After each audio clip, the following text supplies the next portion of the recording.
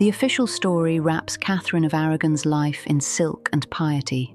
It asks one question: did she and Arthur consummate their marriage? That story is built on lace and incense. The real history is far uglier.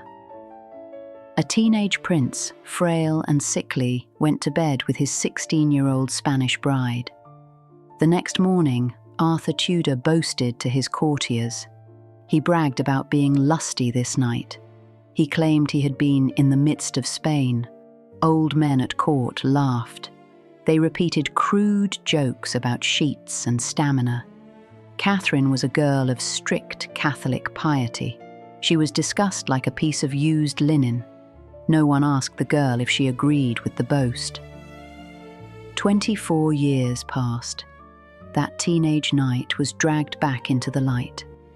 Catherine stood in the Blackfriars Hall, middle-aged and exhausted. Her body was worn out by years of pregnancies and miscarriages. Her husband, Henry VIII, claimed his conscience was tormented. He needed her body reclassified: virgin or widow, pure or used, legal or cursed. His new mistress, Anne Boleyn, watched from a window. She wore jewels Catherine had once owned. The future of the English throne rested on the question of a sick boy and a frightened girl. Behind the theological knots sat something simpler. A king who could not produce a living son blamed his first wife. Catherine swore under oath that the marriage was never consummated. She stood by her story. Henry's allies called her a liar. Women at court whispered. They said she clung to the claim like a drowning woman to a plank. They rarely mentioned that the plank was her only defense against total erasure. Catherine arrived in 1501 as a victory, not a victim. She was the daughter of Ferdinand and Isabella. Her mother had conquered Granada while pregnant. The standard was clear for royal women: bleed, breed, and obey. Arthur Tudor, the prize groom, was pale and already coughing too much. The wedding gleamed with gold. The couple was led to bed under heavy protocol. What followed became the most weaponized silence in English history. Arthur died a few months later. Catherine was a widow barely out of childhood. She was stranded in a foreign court. Bargaining began immediately behind the scenes. The treaties and the dowry money needed securing. The solution was brutally practical: marry her to Arthur's younger brother, Henry. Keep the Spanish alliance and the gold. Canon law stood in the way. Leviticus warned that such a union would be childless. Catherine and her advisors responded with a simple claim. The first marriage was not consummated. No true union in the flesh meant no true obstacle in law. Her body became a legal object. If she had bled that first night, the second marriage was forbidden. If she remained technically intact, she was salvageable. Catherine insisted on her virginity. She said Arthur had been weak. She mentioned fever and awkward attempts, nothing more than a shared bed. The papal dispensation that followed hedged its bets. Rome cared more about Spanish politics than sheets. Theological knots could always be loosened. Catherine married Henry. On paper, she was a maiden bride. In rumour, she was a recycled widow. Royal women watched closely. Some believed her, others smirked. They wondered what truly happened that winter night in Wales. For a while, the second marriage worked. Henry VIII was young and charming. He called her his true wife. They appeared as a golden couple. Then the clock began ticking inside Catherine's body. She conceived. She lost babies. She bled after hours of labour and woke to silence. Court records show multiple stillbirths and infants dead within days. Bells meant for celebration tolled instead for mourning. Her ladies watched her white face. They saw her bloody sheets and her exhausted prayers. Some later whispered the pattern felt like a curse. One child survived. A daughter, Mary, healthy, bright, and adored by her mother. She was completely insufficient to a man who demanded sons. Henry's disappointment metastasized into obsession. He turned to the scripture. He fixated on Leviticus. A man who marries his brother's wife shall be childless. The irony is brutal. He was not childless. He simply lacked the specific child he wanted. That single difference turned theology into a weapon. As his body thickened and his glory days faded, Henry's mind twisted the verses.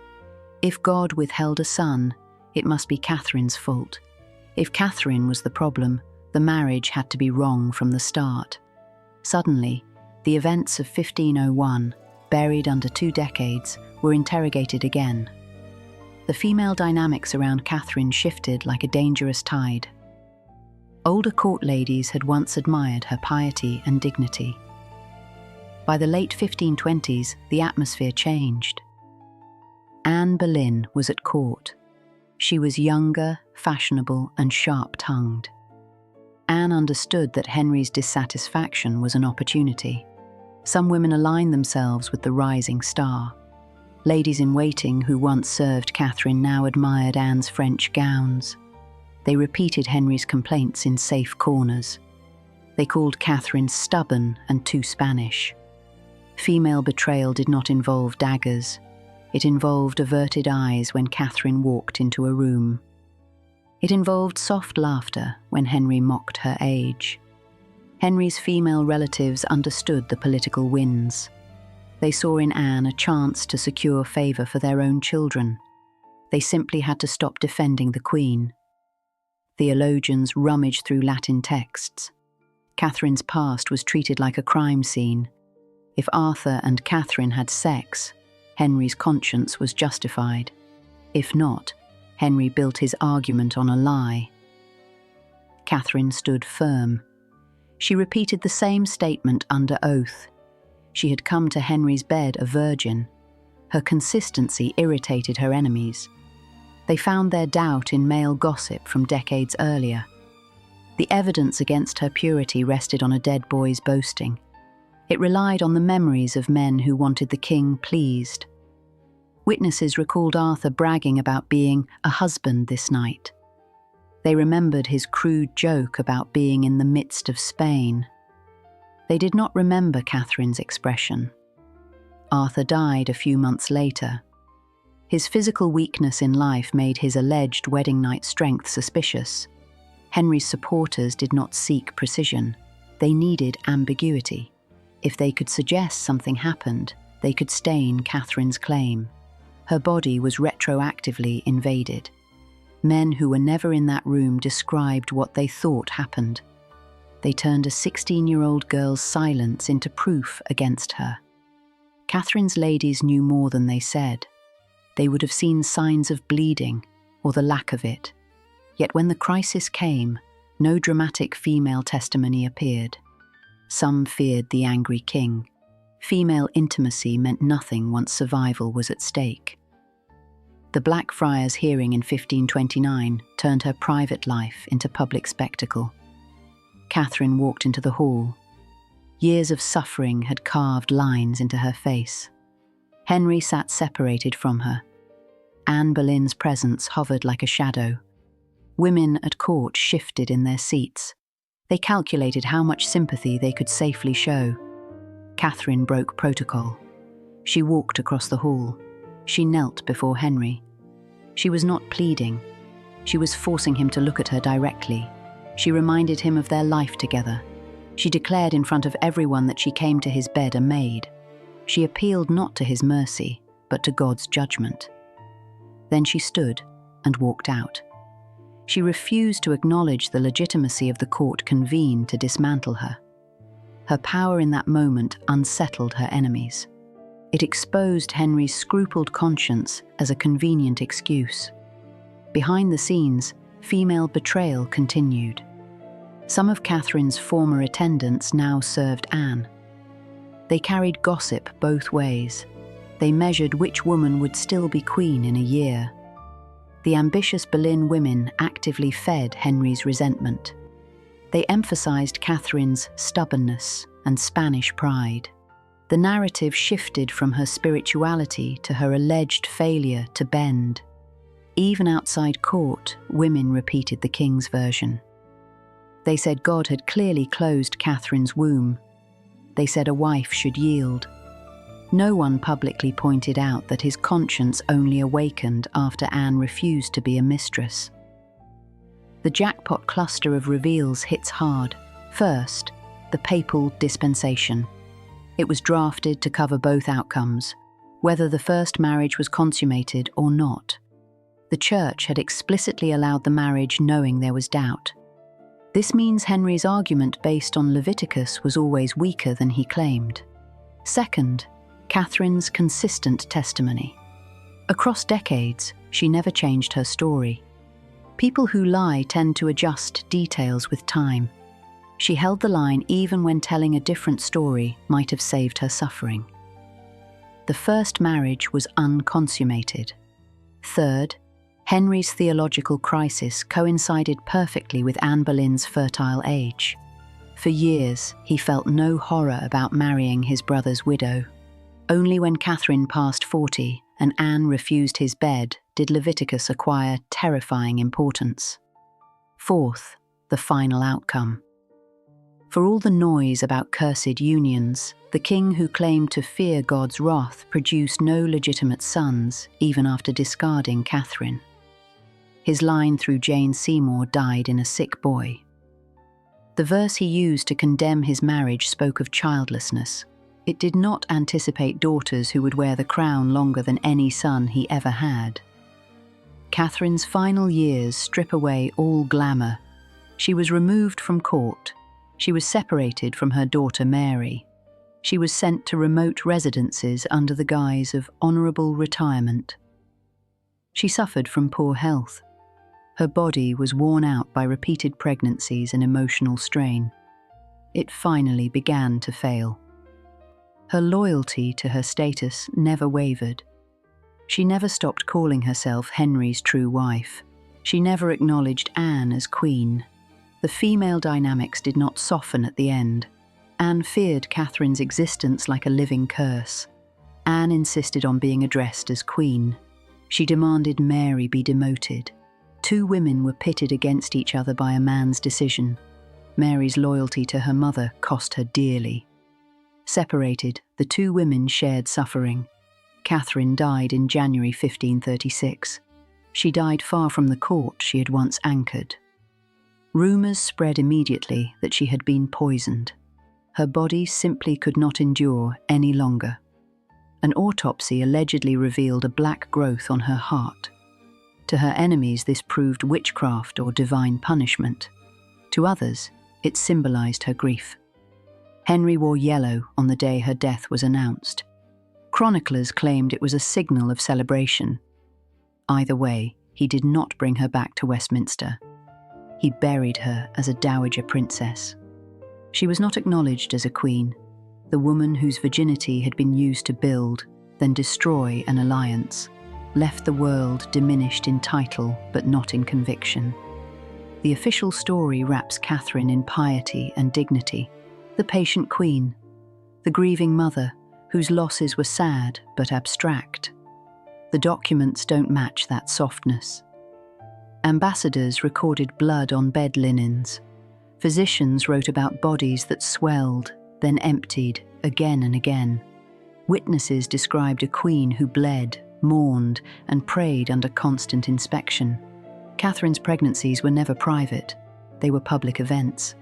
England watched her womb like a national clock.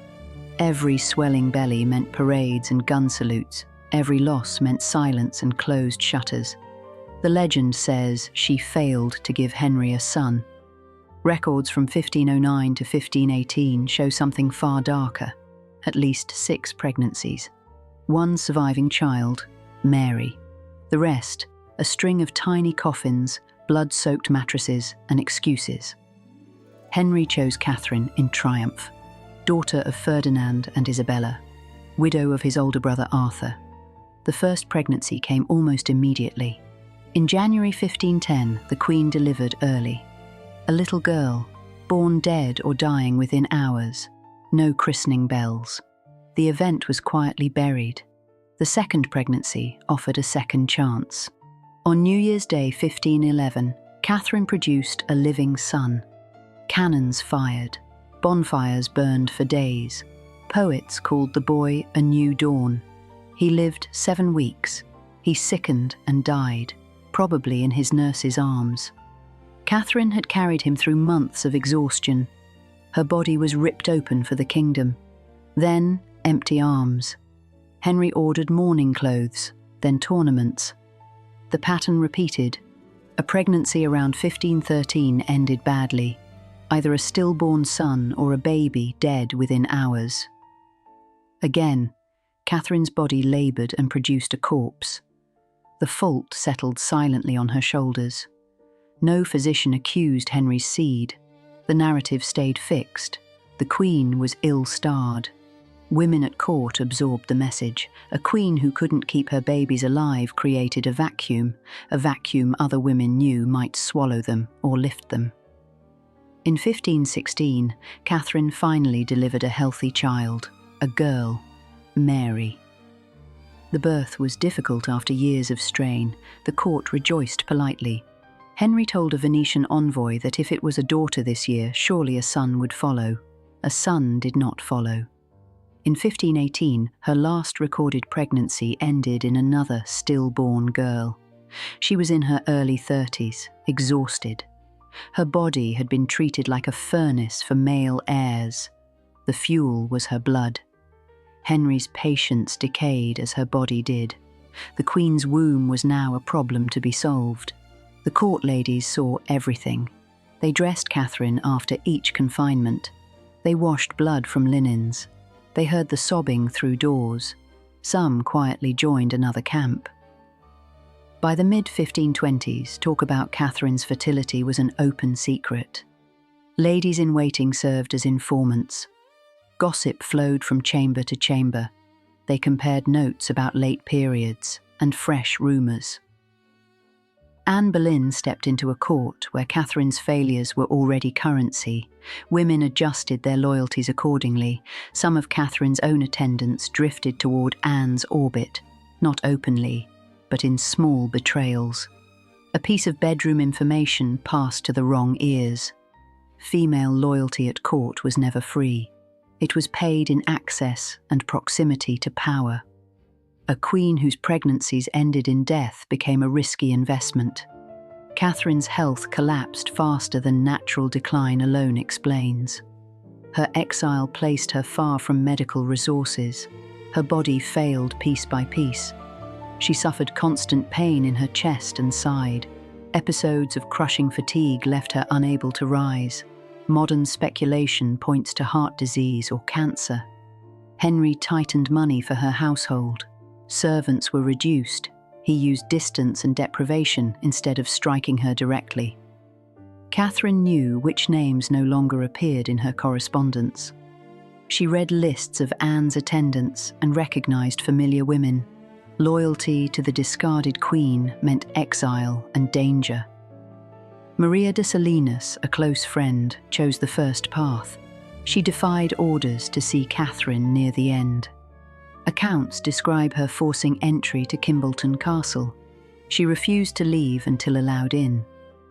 That night, Catherine lay dying. The official story says Catherine of Aragon died peacefully. The medical reality and the gossip create something uglier. She died in pain after years of deliberate neglect. Her body, worn out by suffering, finally gave out. Her heart, cut open after death, was described as black and consumed. No full investigation was ever ordered.